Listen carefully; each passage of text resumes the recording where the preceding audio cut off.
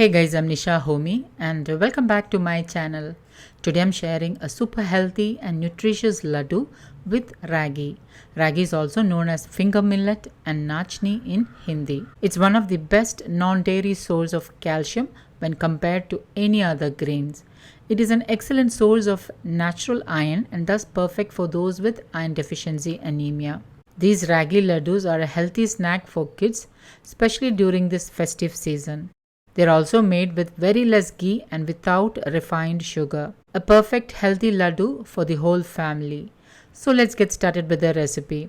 Into my chutney grinder, I'm adding in seeds of 5 cardamoms, half of a nutmeg, and grind this coarsely. Once coarsely ground, add in 1 cup of freshly grated coconut and again pulse it for about 2 to 3 times and then keep it aside. I'm using sprouted ragi flour in this recipe.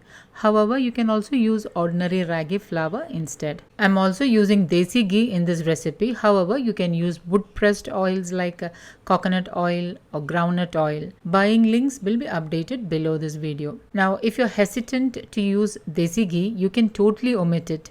But remember that desi ghee helps in better assimilation of vitamins and minerals in ragi. I'm heating my cast iron kadai and I'm adding in 2 tablespoons desi ghee.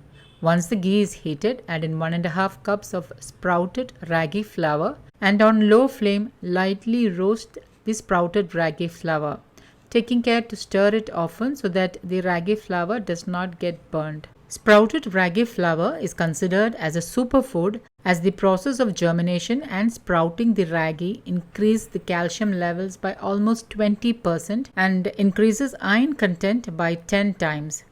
Sprouting also reduces anti-nutrients and makes it easier to digest. Now the reason why I'm using a cast iron tawa is that cooking in cast iron helps in better iron absorption. So if you have iron deficiency anemia, try to cook at least one of your meals in a cast iron cookware.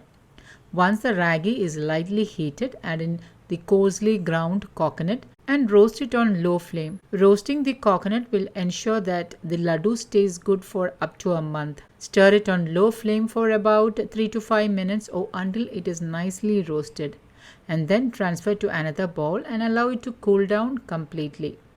Into a saucepan, add in 1 cup jaggery and 1/4 cup water and melt the jaggery. I bought this jaggery locally while passing by Mandya in Karnataka from a local organic farm. However, I will give some links to organic jaggery in the description box below. Okay, once the jaggery is melted, allow it to cook on low flame till it reaches 1 string consistency.